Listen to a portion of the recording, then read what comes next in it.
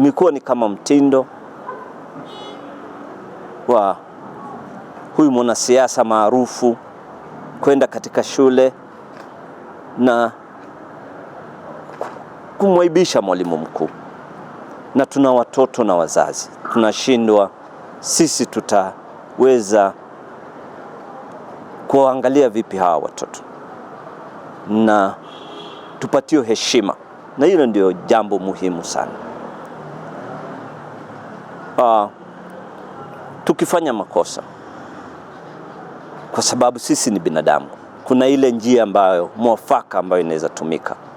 Tuna wakuu wetu wa elimu kutoka kwa waajiri wa walimu TSC, tuna wakuu wetu kutoka kwa Wizara ya Elimu, Ministry of Education, na kuna vile ambavyo malalamishi yanaweza kuangaliliwa bila kudunisha hadhi ya mwalimu yoyote.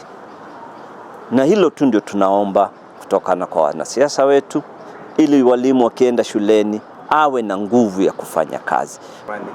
Labda unaweza tueleza nyinyi kama